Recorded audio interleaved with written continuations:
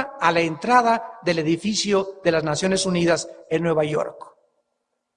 Cuando tú vayas a la ciudad de Nueva York y visites el edificio de las Naciones Unidas, ahí se encuentra grabado en una piedra grandísimo, Isaías 2:4. Volverán sus espadas en rejas de arado, no se alzará espada nación contra nación, ni se adiestrarán para la guerra. Las mismas Naciones Unidas, formadas en 1948, dan testimonio de que las naciones buscan la paz, y no va a haber paz hasta que Cristo regrese a reinar en este mundo. Y finalmente el profeta Isaías en el capítulo 65 termina diciéndonos cómo será la otra vida. Versículo 17 al 25. Isaías 65 del 17 al 25. ¿Por qué aquí dice el Señor? Yo crearé nuevos cielos y nueva tierra, y de lo primero no habrá memoria, ni más vendrá el pensamiento. Cuando estemos en la otra vida, nuestro cassette mental se va a borrar. Tú no puedes estar en el cielo y decir, no veo a mi abuelita, mi perro no está aquí tampoco conmigo, o mi primo, o mi mamacita, o mi esposa no está conmigo, porque si estuviéramos allá añorando y extrañando a alguien que no está con nosotros, no podríamos tener un gozo inefable y perpetuo. Entonces va a cambiar nuestra condición mental. Cuando Jesucristo vino a la tierra, estaba enseñándole a los discípulos y se acercaron y le tocaron la puerta. Y estaba con los discípulos y entonces él no salió a contestar la puerta. Observen, él mandó a alguien a que contestara la puerta porque él le daba prioridad al discipulado. Y entonces encontró el que contestó la puerta, que era su mamá. Y eran sus hermanos en la carne, los hijos que María tuvo después de que él nació, como cualquier madre. Y le dijeron, tu madre y tus hermanos te buscan. Y Jesucristo no salió, sino que se volteó y les dijo a los discípulos, mi madre y mis hermanos son los que hacen la voluntad de mi Padre y la obedecen. Cuando estaba en la cruz del Calvario, Jesucristo tenía al pie a su madre, la Santa María, y tenía a Juan el discípulo. Le dijo desde la cruz, no le dijo mamá, le dijo mujer, ahí está tu hijo. Juan no era su hijo, pero le estaba diciendo, María, este es tu hijo. Y a Juan le dijo, Juan, ahí está tu madre. Él desde la cruz formó la familia espiritual. Si tu hermano ahorita en la carne, el hijo de tu misma mamá y papá, no se convierte, hay otros hermanos en Cristo que vas a encontrar que los vas a ver en el cielo. Mi mamá, gracias a Dios, se convirtió, ¿verdad? De 75 años de edad y todavía vive. Mi padre murió en 1970, no sé dónde esté, ni me preocupa porque Dios es sabio para saber dónde va a estar. Y no voy a estar diciendo estará en el cielo, estará en el infierno. Yo no sé, no soy Dios. Sé que mi mamá la vamos a volver a ver y si no veo a mi papá, no lo vamos a extrañar porque será diferente la atracción en el cielo. De las primeras cosas no vendrá más al pensamiento.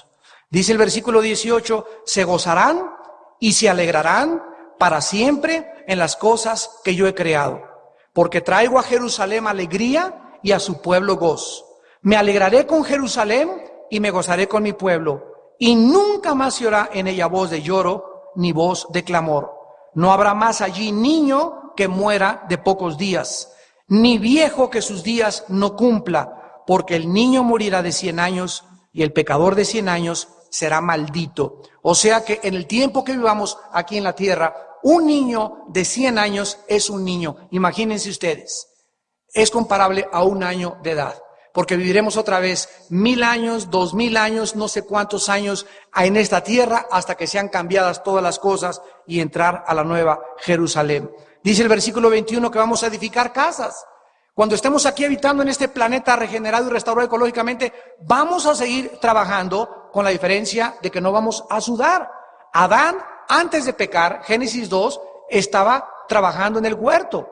Y Dios lo puso para cuidar el huerto y para trabajar, pero sin el pecado no era un esfuerzo. La tierra no le brindaba resistencia. El pecado es lo que ha hecho que la tierra nos brinde resistencia y tengamos que sudar. Pero en la otra vida seguiremos trabajando porque es una bendición trabajar. Y además dice que vamos a edificar cada quien nuestra propia casa. Vamos a plantar viñas, versículo 21, y vamos a comer el fruto de ellas. Habrá duraznos, mangos, pero sin gusanos. Habrá manzanas, papayas, jícamas y frutas y seguiremos comiendo. Dice el versículo 22, no edificarán para que otro habite. ni plantarán para que otro coma. No habrá celos, qué bonita casa tiene, no nada, no habrá envidias, no habrá avaricia, no voy a querer quitarle ese coche a ese hermano, ni a esa hermana, porque no habrá estos sentimientos para nunca jamás. Los días de los árboles serán los días de mi pueblo, y mis escogidos disfrutarán la obra de sus manos. ¿Cuántos de nosotros nos vamos a Acapulco? Y ahí estamos el domingo en la tarde, a las 5 de la tarde en pie de la cuesta, con tu cocote, tu agua fresca de limón y el sol, y todos ahí en la hamaca decimos que venga el rapto ahorita. Ya, así que me agarre el rapto, nada más de pensar de pasar las casetas, llegar a México, el periférico, y lunes a las 8 de la mañana otra vez a la misma rutina. Todos nosotros inconscientemente anhelamos descansar. ¿Cuántos de ustedes que me escuchan no se levantan en la mañana y no quisieran levantarse? Se tapan el cojín, la cabeza y suena el despertador y dice 5 minutitos más, 10 minutitos más. Y quisiéramos que ya, estamos ya, inconscientemente el Espíritu gime dentro de nosotros, diciéndonos sin que nosotros lo sepamos en un lenguaje espiritual, ya quiero descansar. Ya no quisiera otra vez las luchas y enfrentar a mi esposo, a mi esposa, a mis hijos, que los niños, que mi hija se fue con otro, que mi hijo está en las drogas, que los problemas del IVA, que esto, luchas, toda la vida son luchas. Hemos nacido para sufrir por la maldición del pecado. Pero la Biblia nos promete que todo va a cambiar muy pronto. Y cuando estemos gozando de todas estas cosas, damas y caballeros, las aflicciones del presente no se compararán con las glorias que nos están esperando. Vale la pena sufrir, pero no sufrir por hacer el mal, sufrir por hacer el bien. Porque a nuestro tiempo recogeremos, si no nos cansamos, de sembrar para el bien. Y finalmente dice el versículo 24, que no trabajarán ni darán luz para maldición. En el milenio en la tierra seguiremos procreando familias. Si no te casaste aquí, te vas a casar en el milenio. No corras prisa. Hermana que me escuchas, hermano que me escuchas, joven, jovencita. Es mejor que no te cases, fíjate lo que te voy a decir, a que te cases con una persona equivocada y se convierta en un infierno tu vida, y hasta te quite el gozo de ir para Jesucristo, a que te quedes como tú estás, si es la voluntad de Dios, y te cases el milenio, y no te imaginas el panquecito que te va a traer Dios. Pero es 1000 veces, el tiempo se acerca y Dios no quiere, no es la voluntad de Dios para todos que nos casemos. Dice 1 Corintios 7 que a Dios, a los que no quiere que se casen, les da un don que se llama de continencia. Si no tienes ese don, pues cásate, ¿verdad? Tú lo vas a saber, pero no te cases con la persona equivocada. En el milenio seguiremos procreando. Va a haber relaciones sexuales, pero sin la lascivia, ni tampoco la maldad con la que el sexo se lleva a cabo actualmente en nuestra vida. Será algo puro y transparente como Dios lo deseó desde el principio de la creación. Darán a luz y ya no para maldición, porque son linaje, dice el versículo 23, de los benditos de Jehová y sus descendientes con ellos. Si tú mueres y tus hijos se convirtieron, los que se convirtieron o tu esposo volverán a vivir en el milenio y serán la misma familia. Y los tendrás con ellos. Y ahí veremos a Joaquín Capilla echándose clavados en el mar de Galilea. Y podremos ver a miles de personas a nuestro alrededor y va a ser saltaremos a los montes, no habrá espinas, podemos caminar descalzos, no habrá celos de uno con el otro, ni que el otro se mete con la esposa del otro, nada de estas cosas sucederá ya. Será ese mundo feliz que los escritores como Julio Verne, como Leonardo da Vinci, como grandes pensadores han tratado de imaginarse, porque Dios puso dentro del ser humano la eternidad. Y todos, creyentes y no creyentes, anhelamos un mundo mejor. Y dice el versículo 24, antes que clamen, responderé. Mientras aún hablan, yo habré oído. El lobo y el cordero serán apacentados juntos, el león comerá paja como el buey, y el polvo será el alimento de la serpiente. No afligirán ni harán mal en todo mi santo monte, ha dicho Jehová, el autor de la Biblia. Damas y caballeros que nos visitan en esta mañana, ¿cuántos de ustedes están preparados para pasar la eternidad? Estas cosas no son para burlarse. Si hay algo solemne, si hay algo real, si hay algo serio. Esto no son mitos, no son leyendas, no son obras de drogadictos. La Biblia no es un compendio de tradiciones de los hombres. Este libro fue inspirado por el Espíritu de Dios. Y las evidencias científicas, arqueológicas, antropológicas, geográficas, históricas de la Biblia nos dan testimonio que Dios le ofrece al ser humano evidencias. Y las personas que no creen, no es verdad que no hayan creído porque no tuvieron evidencias, como dijo Bertrand Russell antes de morir, cuando le preguntaron si vas al cielo y te encuentras que es realidad, ¿qué le vas a decir a Dios? Y él contestó que me faltaron evidencias para creer en Él.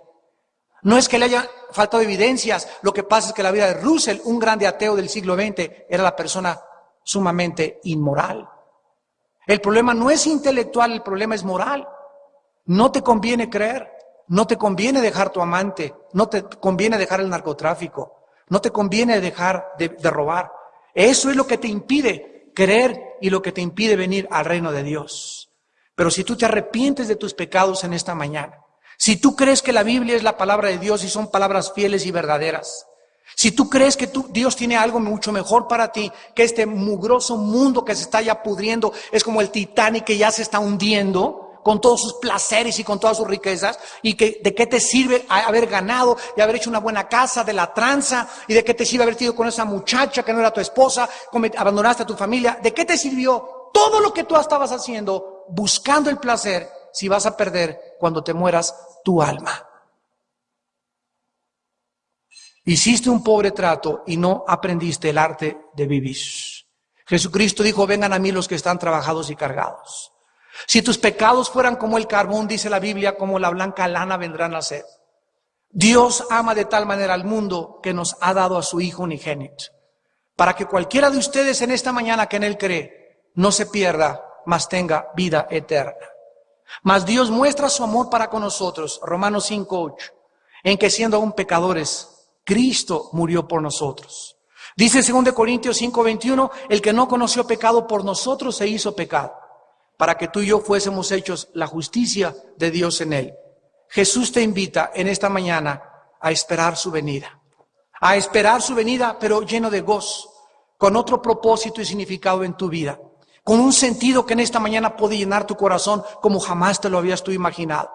El diablo es experto en pintarnos cuadros oscuros y decirnos: no, la vida no va a mejorar. Y las cosas van a empeorar, y tú no vas a solucionar tu matrimonio, tú no vas a arreglar a tus papás, tú no vas a encontrar marido, tú no vas a encontrar esto. Dios dice: mis pensamientos para ustedes son de paz. Di a mi Hijo unigénito por ustedes, ¿cómo no les daré todas las cosas si tú crees y me las pides? Porque al que cree, todo le es posible. Les pido que por unos instantes inclinen su cabeza. Y así con tu rostro inclinado, la Biblia dice: vi un cielo nuevo y una tierra nueva. El primer cielo y la primera tierra pasaron y el mar ya no existía más.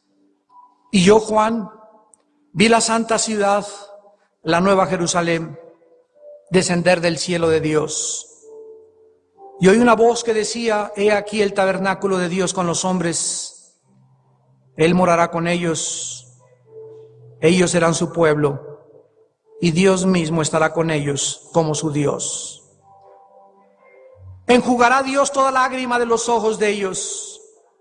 Y ya no habrá muerte, ni habrá más llanto, ni clamor, ni dolor, porque las primeras cosas pasaron. Y me dijo Jesucristo: yo soy el alfa y la omega, el principio y el fin. Al que tuviere sed, yo le daré gratuitamente de la fuente del agua de la vida. El que venciere, heredará todas las cosas, y yo seré su Dios, y él será mi hijo. Porque como el Padre tiene vida en sí mismo, así también ha dado al Hijo el tener vida en sí mismo.